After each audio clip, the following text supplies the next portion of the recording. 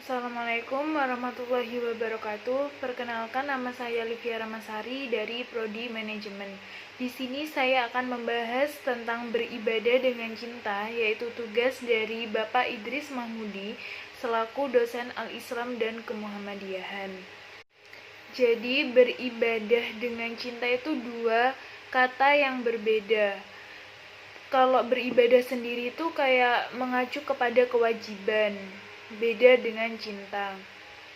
Lalu bagaimana sih cara beribadah dengan cinta, dan apakah ada orang yang beribadah tanpa menggunakan cinta? Ada. Orang itu justru beribadah tanpa menggunakan cinta karena beribadah itu suatu kewajiban. Jadi banyak orang tuh yang ini tuh kewajiban, jadi banyak orang juga yang meninggalkan karena itu terasa berat, karena beribadah itu kewajiban. Dan apakah ada orang yang beribadah dengan menggunakan cinta? Ada. Justru orang yang beribadah menggunakan cinta tuh sangat luar biasa. Contohnya tuh Bunda Hajar yang dilakukannya tuh kepada putranya Ismail, yaitu bolak-balik Safa Marwah 7 kali. Kalau bukan dengan cinta, itu pasti terasa berat. Dan beribadah dengan cinta itu harus ditumbuhkan dan menumbuhkan juga. Kecuali manusia pilihan, itu kan contohnya tuh seperti Nabi, kayak Nabi Muhammad itu kan mendapat gelar Al-Mustafa, itu bisa tumbuh dengan sendirinya. Kalau orang-orang biasa itu harus ditumbuhkan supaya kita sadar diri, bukan karena Allah ingin disembah atau diibadahi, karena itu semua itu kebutuhannya kita. Beribadah dengan cinta. Apakah seseorang itu beribadah dengan rasa takut? Para kalangan agama itu menyebutkan ada dua bagian. Yang pertama yaitu syariat atau formalis. Dan yang kedua yaitu hakikat, inti ruh yang diambil. Kalau bagi kalangan syariat itu syaratnya tuh sudah terpenuhi. Contohnya tuh kayak seperti sholat, itu tuh syaratnya tuh harus terpenuhi, seperti suci dari hadas dan najis.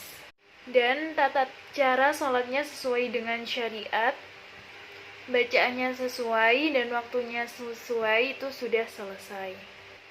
Dan di situ para syariat tuh beribadah dengan rasa takut, yaitu takut akan murka Allah dan takut akan siksa api neraka, dan beribadah berharap akan syurganya Allah.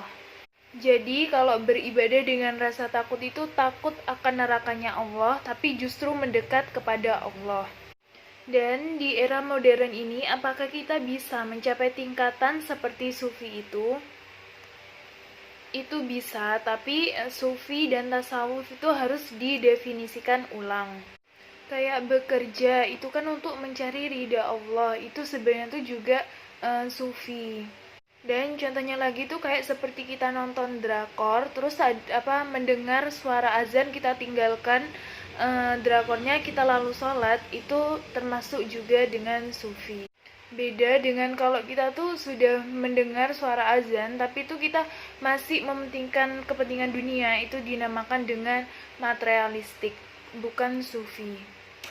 Dan kita harus tahu waktu. Kalau waktunya ini di dunia, berarti kita harus memanfaatkan waktu di dunia ini. Contohnya tuh pada waktu jam 9 pagi itu kita tetap zikir aja di masjid. Terus lanjut sampai keesokan harinya tetap gitu, tetap zikir terus. Jadi itu ya tuh hidup di dunia apa hidup di akhirat. Jadi beribadah dengan cinta itu waktunya beribadah ya beribadah, waktunya bekerja ya bekerja. Tapi jangan dibalik, ntar waktunya bekerja malah beribadah, dan sebaliknya. Jadi kalau manusia menerapkan itu semua secara seimbang, itu hak Allah terpenuhi, hak keluarga terpenuhi, hak individu terpenuhi. Lalu bagaimana dengan orang yang ibadah jalan dan maksiat pun juga jalan? Berarti yang terjadi itu agamanya belum ditegakkan, tapi hanya dilaksanakan, belum ditegakkan. Jadi beribadah dengan cinta itu sadar gak kita bahwa kita tuh sudah dicintai dengan Allah, dan gak kehitung cintanya tuh dengan berupa nikmat. Dan meskipun di dunia ini tuh semua orang bermaksiat, Allah tuh tidak berhenti menjadi Tuhan. Jadi beribadah tuh sebenarnya tuh bukan kebutuhan Allah, tapi kebutuhan kita sebagai manusia. Coba kalau kita tuh beribadah terasa berat tuh coba kita merenung apa yang telah Allah berikan kepada kita.